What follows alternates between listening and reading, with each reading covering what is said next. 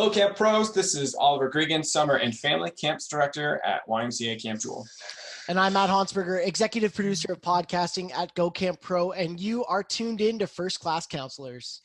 This series is for camp directors to give their counselors, as they hire them, something to prepare them for the upcoming summer. Yeah, that's right. Because we know that staff training, you only have a limited amount of time, and you can't teach everything. But great camp directors know that counselors have the most important job at camp, and if we give them the skills to succeed, then that is the key to campers coming back year after year. Because you have all-star counselors working for you, and therefore the kids are going to love them. So you've turned into the FCC's Quick Show. Here we cover one specific topic and cover the essentials as fast as we can. It's the need to knows. They can't go without. The fundamentals. And the basics. So what are we talking about today? Today we want to talk about being camp sick. This is that post-camp in the fall, winter, maybe early spring, before camp is really starting to gear up again and you miss camp. You want to get back and it's just not there. It's that 9 months of just still water. A lot of people might be asking you, what do you do with the 9 months that's not summer camp? These are the answers to those questions. So we're talking about handling not homesickness, but camp sickness here. So a little bit different. So first off, let's talk about the number one rule that I say is, first off, accept your love of camp. Just know that you love what camp is and all that it is. Don't deny that. Don't say like, ooh, I need to calm down. I can't think about camp so much. I talk about it at every single family gathering, party, whatever it is. It's natural. It's okay. Brag about your camp love. But Matt, can you get us started? Can you talk a little bit about camp love and how to accept it? Yeah, I think that's great. The first step is acceptance, right? The thing is, there's so many kids in the world that don't go to camp, that the more that we talk about camp and the more that we promote it and the more that we show how great it is, the better that the whole industry will be. So even you as a counselor, just promoting camp by talking about how much you love it, that is a great way to not only accept it for yourself, but you're helping the industry as a whole. If you want to keep that flame of your love for camp going, I have a couple of tips for you here. So my first one is engaging with camp professional development and other camp people. There's no better way if you're feeling the blues and missing camp than to talk to other camp people. That will get you like reinvigorated and re-excited, excited again, all in the same, like right away. So first, you can check out some podcasts. So you're already listening to First Class Counselors, which is super, way to go.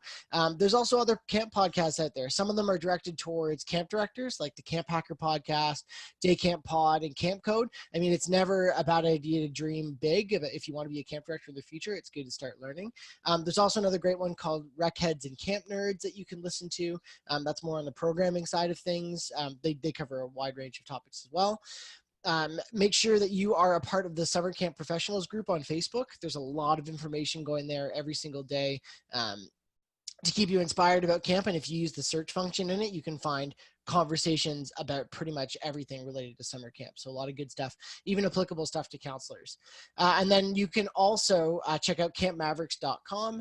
That's another platform offered by our friends at Go Camp Pro, the folks that put on this podcast here.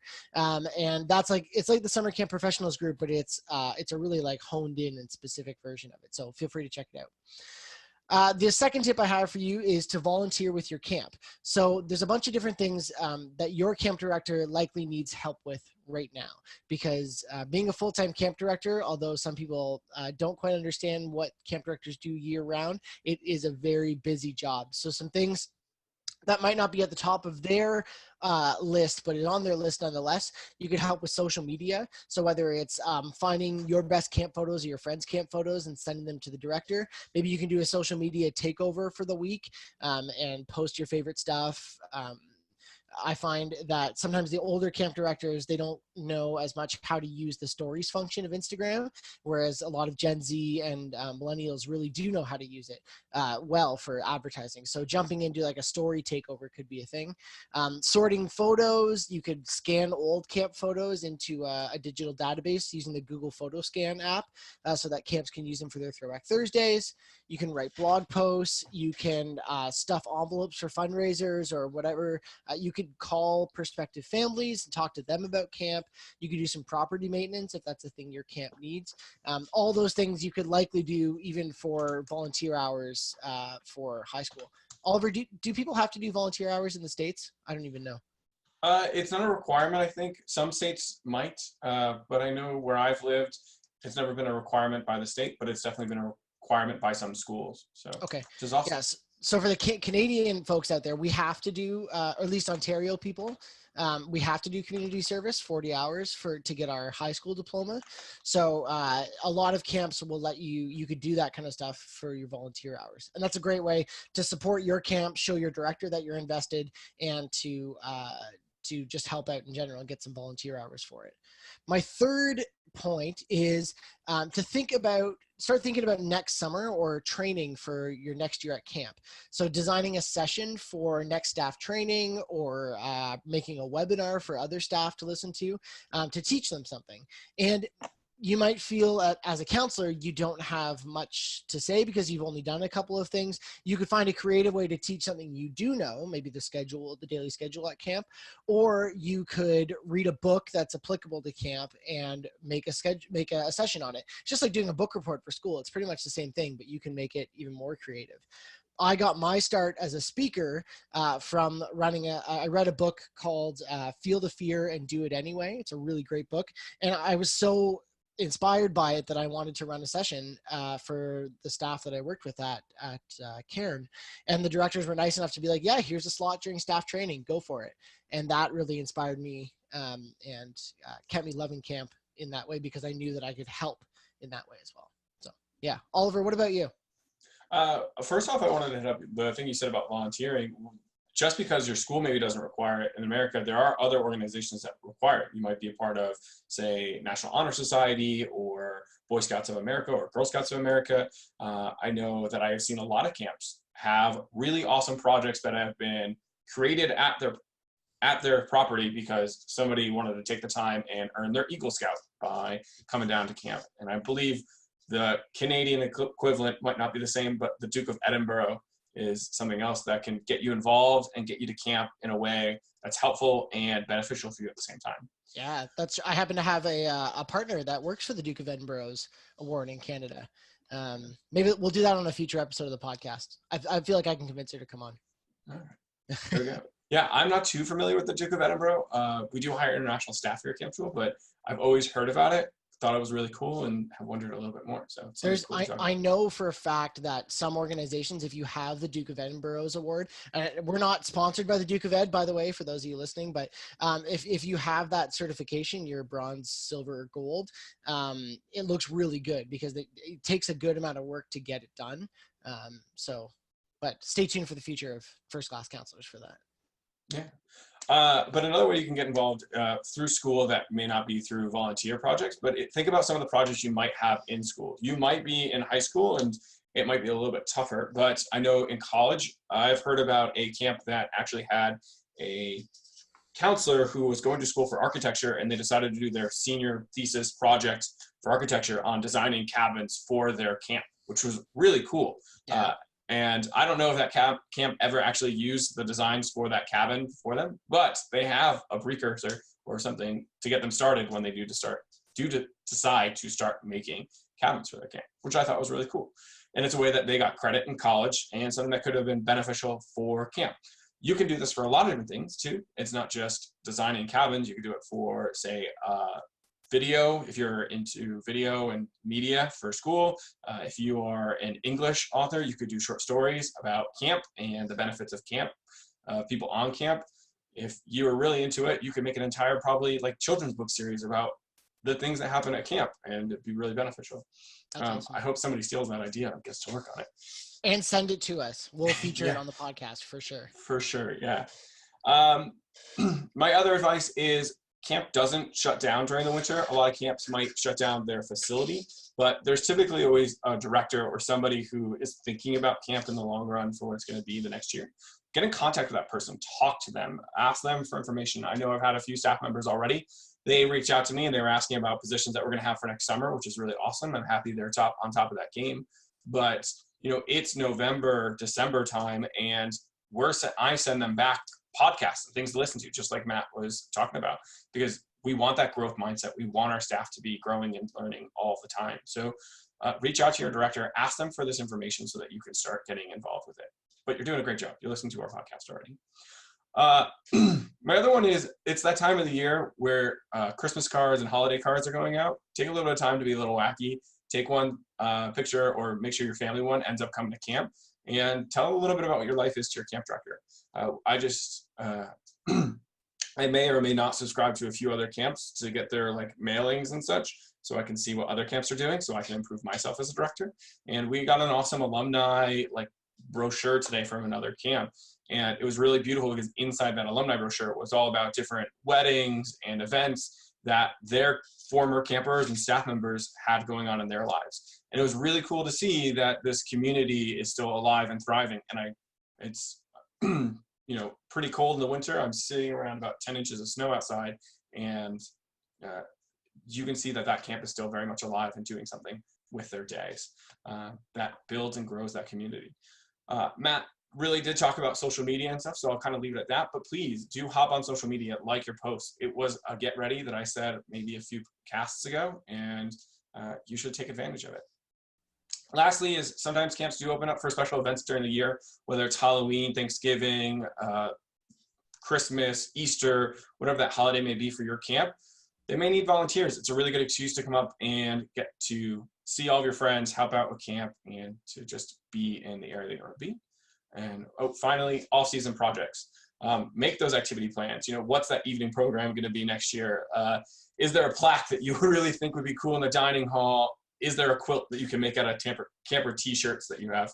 So what can you start prepping on your own personal level that may be a hobby of yours? You may be someone who likes to sew. You may be someone who's into woodworking that can make something small or work on something that you can then bring back to camp.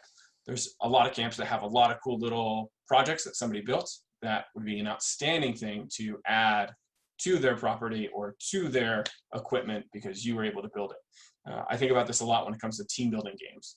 We're always, looking for a bull ring or a special hula hoop or some type of a special box. And if you have a skill like woodworking, it's an awesome thing that you can work on when you're not at camp as well. Cool. The next one is, you are camp sick. So it's really important to love thyself. Do something that makes you happy. Make sure that summer camp, is a big part of your life, but also serving yourself is important too. So at camp, you serve others. You got 9 months. You can serve yourself. You can take care of some of your needs. Matt, what are some things that you would do to love yourself when it is not summer camp? I know that you and we do this full time, so it's really tough to think about not having summer camp and still doing something fun, but what kind of things do you do to love thyself? Yeah, well, it's interesting. This is my first year in a long time that I'm not going to be going back to camp next summer. So it's an interesting time right now because in December, you're like, okay, it's only 6 more months. There's only 5 more months. But for me, I'm helping out camps, but I'm not going back to a specific camp. So for me, it's really important that in those times that I'm feeling kind of blue about not camp, that I have that good personal routine. So all the self-care things we've talked about in this podcast, getting off your phone, meditating, coming up with good positive coping strategies, those kinds of things. I also wanted to float an idea that I've been thinking about for a while, but I haven't put it into practice. So it might be weird. It might not work. I have no idea, full disclosure. But I'm almost 30 now. And for a long time, I would consider myself, I think I still do consider myself one of those like jack of all trades, master of none. So I'm pretty good at guitar. I'm pretty good at saxophone. I think I'm a pretty good person when it comes to knowing about camp. But then I'm like kind of good at a lot of different things. So I'm good at knowing a little bit of coding. I'm good at knowing how to play the harmonica. I'm good at knowing how to 5-pin bowl, et cetera, et cetera. But I think what I wish I had done at a bit of a younger age is this idea of what I call an interest audit. So it's taking, an hour and just writing down all the things that you're interested in. So 5-pin bowling. I remember the last time I did this, I was like, okay, I want to know about Gen Z. So I wrote down Gen Z, or I want to know about internet security. So I wrote about internet security. And then, so the idea is you make that long list, and then you really focus in on like 2 or 3 things. And you say, okay, for the next 2 months, I'm going to surround myself with these specific things. And maybe camp can be one of those things, if that's something you're really passionate about. And then what you do is you start to take a deep dive into, okay, where are the best articles on this? Maybe I look in subreddits, and I tailor even my like Instagram feed, my Reddit feed, anything just related to those topics. So for me right now, it would be learning about podcast advertising, it would be about disc golf, and it would be about cooking. Those 3 things are my like personal things. So I've really tailored, even my Instagram feed is full of disc golf stuff. And because of the magic of the internet, I get tons of ads about that stuff and content that just comes to onto my feeds. So, and then, you have that idea of being an expert on something. And if you spent a month or 2 just really focusing on that stuff, even a couple weeks, and doing a little bit every day, then you start to have some real concrete knowledge about a topic, rather than just like being like, okay, I'm going to read this article about tech and this article about celebrities and this and this and this. You actually start to build some knowledge on it, which I think that comes back to like love thyself, because you're still growing and your brain is growing. You're not just sitting on the couch and playing video games all the time, which is great, but tempting to make a full-time job if you're not careful. So yeah. Interest audit. I don't know. Maybe you just tried it. Maybe you'll be like, email us. You'll email me at matt@gocamp.pro and be like, that was the dumbest thing ever. And that's okay. But that's my idea. Not a bad idea. It's a good one. I think I'm laughing on the other side here because I'm reading our notes, obviously, and I'm going through them, and I've already done this, but now I'm thinking about it to myself, and I just think, wow, how campy of an answer is, because all the things that we're advising you to do is just go out and find some way to improve yourself, right? Like, how do you grow yourself? And I think that's so important. If you are going to love yourself, you need to do something that is going to grow yourself. And my kind of advice when I say is don't go into a couch coma. It's so easy with your time off, or if you're in college, if you want to just kind of relax, you kind of have that control of your schedule to just lay on your couch and, like you said, play video games or just watch Netflix for hours on end, binge. It's really tempting and super easy to get into that. So I just say go on adventures, whatever, say yes, right, to a lot of things that your friends might be offering you. And it might be something really lame and really boring. They might ask you to come and do a chore with them. Like, I need to run to the bank today. And you go, we're going to the bank. You're going to sit in that lobby of the bank for 30, 40 minutes as your friend tries to solve some type of difficult crisis with their bank account. But at least you're there, you're active, you're doing something, and you're part of something. And you might learn about something not to do with your banking account while you're in this mess. But at least you're out and you're on an adventure. You're doing something with your day. Try to avoid that couch cushion as much as you can say. With that being said, also make sure you do love yourself. Camp days are long days. If you need a rain day to just relax, mellow, do it, take it. My biggest advice, though, I really love, and I think really changed my life notably, was traveling. I went abroad. I saw a different culture. It was the Canadian culture. Just kidding. It was Canada. I got to go over to England. I got to go to Spain. I got to see all these different cultures. And it changes you. You recognize that there's another way of living. There are other cultures out there. There's different mindsets and thought processes and priorities. And it really allows you to open your mind to everyone around you. It really is incredible. And if you ever talk to somebody who's traveled before, and there is this little bit where you're like, oh, that's so interesting. Like, oh, I know, like, keep telling me about that, weekend you spent in Paris. That was just unbelievable. But there's a reason why they want to talk to you. It has the same influence that camp does. You get to meet these people. You get to meet these cultures. You get to meet different ideas. It inspires you and promotes growth. So please, if you do anything in the 9 months that you are not at summer camp, buy a plane ticket and take a weekend in a different country or a different state. as yours, that's a little farther away, or a different province, wherever you may live, so that you can experience something that is a little bit different, so that you can expand your mind. So that's my love yourself. And those are fun things to do, I think. Matt, do you have something else you want to add? Sure. I was just going to say traveling for me has been a game changer too. And if you can do it in like a longer aspect, so doing like a semester abroad or a gap year or something like that. I backpacked through Southeast Asia for 3 months, and just recently visited Iceland and just came back from Vancouver for a vacation. And man, it's so good just to get that perspective and doing it. You can do it affordably if you do it smart, right? So we could do a whole episode on travel, because I think that's something Oliver and I are both really passionate about. Maybe we will, just like an off, not even related to camp thing. But yeah, the last thing I was just going to say, I was thinking about the interest audit and thinking about like listing all these different things. It can really get overwhelming too when you start to think about all these little things and trying to hone it in. And I think there's also the idea, I think there's like something in therapy that people say is only stick with what serves you, right? So what serves you in that moment, and where you feel like you have control over something is really important too. So for me, and I'm comfortable sharing this personally, like I sometimes can get really sucked in to apps like games on your phone. And recently I was on the plane ride home from Vancouver, and I like instinctually, without even thinking, picked up my phone, opened it, and like my fingers knew exactly where to go to get to this game. And I started playing it, and I was like, whoa, okay, so this game actually has control over me. I'm serving it. It's not serving me. And I just deleted it. And that was enough. I didn't re-download it. I just deleted it. So what in your life can you delete to that's not serving you in that moment? So there's lots of smarter people than me that could tell you more about that. But that idea of like, is this serving me? And being able to ask yourself that question is really powerful. Yeah, no, it is. And it goes back to just what all of our notes are, that growth mindset that, Yeah. Don't spend your time, obviously a little bit of relaxation is important, but don't spend your time doing things that aren't going to serve you. That's a fantastic point.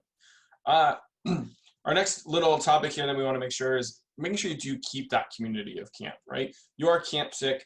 You aren't denying it. You're doing all these things to kind of grow on your own, but make sure that community is something you stay connected to. One of my favorite things is seeing staff come back to camp just to tour the grounds. We had a set of staff that were here this past weekend just to walk around and remember what camp was for them. And both of them haven't worked here, I think, in a summer or two. So it really is just an excuse to, look at those memories that you have here for camp.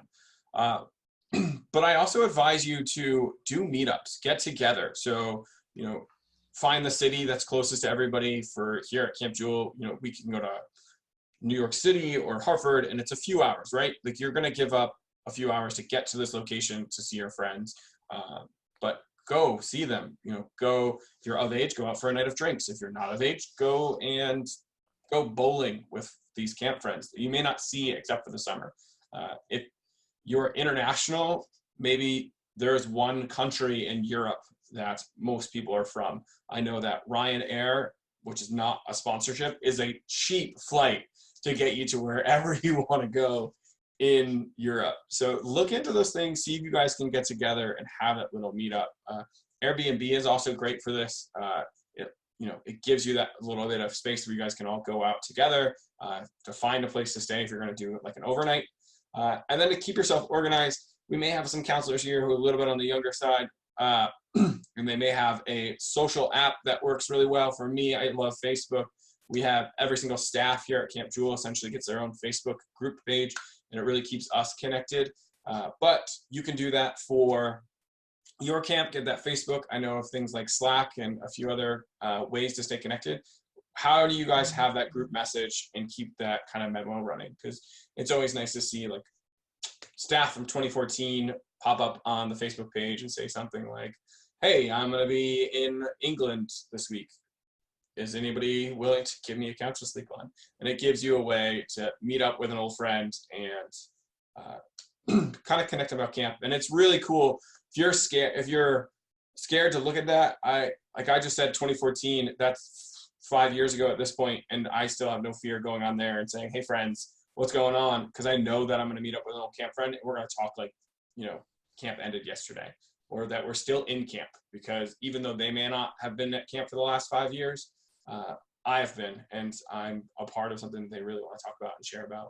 But, even if you two haven't been, it's a great way to connect and just see each other. So keep that community. Don't lose it. Don't think because you've been estranged for so long that you can't come back to it. Camp has open arms. We love having staff come back. It is probably one of our favorite things. It helps distract us from our work and procrastinate more. Matt, what do you say is a great way to keep that community involved? Yeah, I think just like doing intentional camp stuff with people is really important. So like you were saying, like it's good to get together, for drinks, whatever age appropriate drinks those may be, or events with camp people. And I think it's also really cool to talk about camp in there. Some of my closest, actually all of my closest friends are camp people. And some of the times that I remember us having the most fun is when we were of age, we would go to a pub and we would have a couple beers and we would talk about camp and just talk about like ideas. So maybe you do plan that evening program, and that's just something fun that you do with your friends when you're all hanging out together. And because camp is an amazing place and we can talk about those things in mature ways, as long as we're obviously making good decisions about professionalism and those kinds of things, like we talked about in our last episode. But the other ideas with your camp friends that you can do, you could tour other summer camps in your local area. Obviously being on your best behavior with other camp directors, but camp directors love showing off their camps, giving tours. When Laura and I were on our honeymoon in BC, we went and visited our friend Claire at Camp Pringle, which is a Presbyterian or a United Church camp out there, which was really cool. And I just think that's a great way to like get inspiration for your camp as well. Two other ideas. One, you could host a pop-up event for your camp to help promote camp with your local families. So you could talk to your camp director and say like, where's a big area where we draw from? Is it in my hometown? Can I do something, and can we promote it on the camp's Instagram? And that can be something as easy, like you don't have to plan a lot. It could be a hike. It could be a campfire in a public park. Those kinds of things, just like a camp sponsored event. And it's something that the directors don't necessarily have time for, but you can do it to help promote camp. The last thing that I would say is going out and serving the community with camp people and wearing your camp gear while you're doing it. So get together with your camp friends, maybe go out to do a food drive or a holiday fundraiser, a blood donation, anything like that, where you're showing that, these really awesome people who work at our camp go and help out our local community. So just raising camp status in that way too. So just, being intentional about your time getting together with camp friends as well would be my suggestion. Yeah. Some other hints might be go out there and try to grow your community. I know that a lot of camps are going to start looking to hiring staff. So always look for a friend who's close by who might want to join in. So because you love camp, spread that love.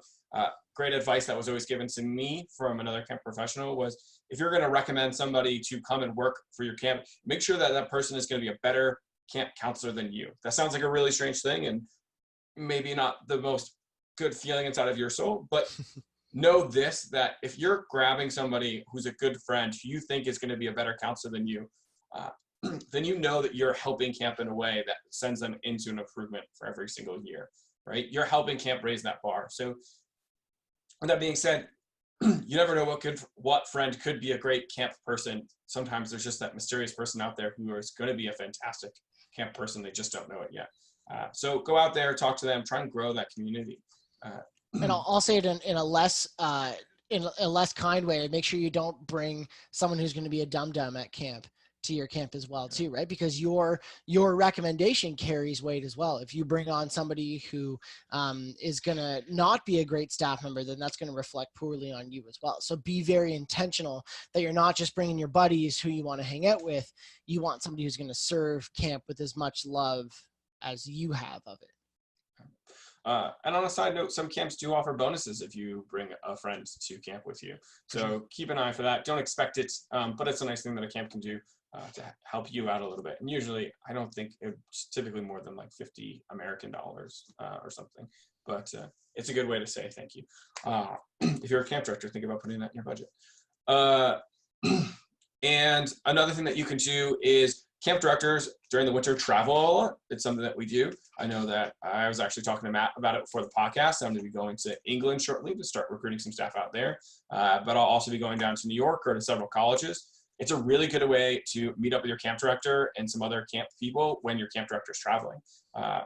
I know that with my camp counselors, if they come to a camp fair that I'm coming to or a recruiting fair, typically I'll take them out for pizza and everything afterwards. We'll just talk camp. It's a great way to get your director's ear. So take a look, see if your camp director is traveling and moving around, because they might come to you, which is so easy because you walk down the road and, hey, free pizza, which is always nice. All right. Matt, do you have any other hints? No, you know what? I think I'm ready to get ready, Oliver. Ooh, it's time of the day where we get ready for camp next year. So Matt, how do you want to kick us off? You seem to be ready. How do you want to get ready for next year? Oh, I'm ready to get ready. So yeah, get ready is something that you as a counselor can do right now to be ready or to be your best self for this summer. My tip was that, so we're recording this in December. So some camps have their staff applications out yet, some don't. But I know that there's a lot of organizations out there that help promote you to the wider national camping organization. So you can look through your regional organizations. So like ACA has their different regions, and the provinces in Canada have their own camping associations. But you can also look at a place like Camp Gig, campgig.com. They are a sponsor of one of our other podcasts, just to be clear. But I just know that places like them have a way that you can, for free, put yourself out there to the specific camp markets. You're not just like posting your resume and stuff on LinkedIn or Indeed. You're putting it on specific sites that are catering towards what camps are looking for. So, you know, if you're a lifeguard, camps are always looking for lifeguards. Or if you're willing to do some different jobs like working in a kitchen, those jobs are pretty desirable at other camps too. And one of the best pieces of advice that I got, pieces of advice that I got when I was a young camp staff was to don't let your roots grow too deeply until you decide to do that. And at the age of 20, the camp that you're at might not be, and probably won't be, the camp that you're going to be at for the rest of your life if you want to be in camping. You will move around. So it's good to start and gain knowledge from other camps now. So don't be afraid to start thinking about maybe working at a different camp this summer. Oh, great advice. Something that I want to point out there is, if you want to get ready, give the information about your camp to your career center, right? You never know who's on your college campus or in your high school who might be ready for a camp job or might be looking for some type of leadership experience, right? If you are in high school still and you can hand over some information about camp, it's a phenomenal for maybe a freshman, sophomore, or a junior who's, 14, 15, 16, 17. I don't know what the equivalent is in Canada, but pretty close. And those high schoolers can maybe go into the leadership programs that are at your camp, right? You can start getting them on that path to help their leadership ability. So there's a lot of information that your camp can give you. You just got to ask for it, and you can bring it to the career center. If you are somebody who does not have a camp yet, if you're not going to Camp Gig, trust your career center. Go to your campus career center, ask them, hey, is there a way that I can get a job at a summer camp this year? For those of you guys who maybe have not listened to some of our other podcasts, we had Kim Aycock on for a little bit, and we talked a little bit about the benefits of having camp as a job. So if you're listening to this podcast and you're just kind of interested, take that time, head over to your career center, head over to Camp Gig, learn a little bit more about what it is to be a camp counselor, and you could be on the path of becoming something that you may love for the rest of your life. I know how I got involved. So. Okay, Matt, if somebody wants to get a hold of you, how are they going to reach out to you? Yeah, for sure. You can get a hold of me at Matt, M-A-T-T, at gocamp.pro. And I've done a couple of different things to get your feedback on the show. This time, what I want you to do is just send me the words camp sick and send it just in the body. I want a no subject email and camp sick in the body, and I'll send you something cool that'll help keep that love of camp going in the off season. Matt at gocamp.pro. Yeah. Quick shout out for Matt. You may have noticed he has a different title since he did the last couple of podcasts. But Matt is doing some work with Go Camp Pro, and it's pretty awesome. Do you want to talk about your new career path? Yeah, well, Sure. I've moved into the role of executive producer of podcasting at Go Camp Pro. So I have the privilege that my job is to listen to every podcast that Camp Hacker puts out, which is like, I feel like I'm cheating a little bit in the career world because I always listen to them anyway. But so I get to manage Camp Hacker, Camp Code, the Day Camp Pod, and this one, First Class Counselors, with maybe a new one coming out soon, just to let you know. So I get to do that work, and I'm working with Travis closely, which is really cool because Travis was my first camp director growing up. So it's been really fun to get to work with him again, and working with all the people with Go Camp Pro is super awesome. It's like I'm working with a team of superheroes, so it's pretty wicked. Yeah. That's such a fantastic opportunity for you. I'm so happy for you, and it's pretty sweet. So Thanks, man. with that being said, if you want to get in contact with me, you can also reach out. I'm at Camp Jewel YMCA, but you can get a hold of me by just putting my name in, oliver.gregan, Gregan, at ghymca.org. You can also just hit me up on Facebook. My name is my profile, and I use Messenger all the time. So just reach out to me that way too if you want to ask a quick question. If you liked today's show, we would be so grateful if you left us for a review wherever you are listening to our podcast. Your ratings and reviews not only help us with what you like about the show, but also with what you don't like about the show. It helps boost our rankings, and it helps more people discover the great work that we do here on First Class Counselors. That's right. And don't forget that you can find all of our show notes at camphacker.tv/podcast. There's lots of good stuff there from our show and other camp podcasts out there for you to check out. And you'll see some links and some specific stuff for for this episode and all of our past ones on First Class Counselors. And you can check out our new logo that we dropped last week, which is pretty fancy. Well, thank you for listening, friends. Remember, camp is camp, and camp's all good.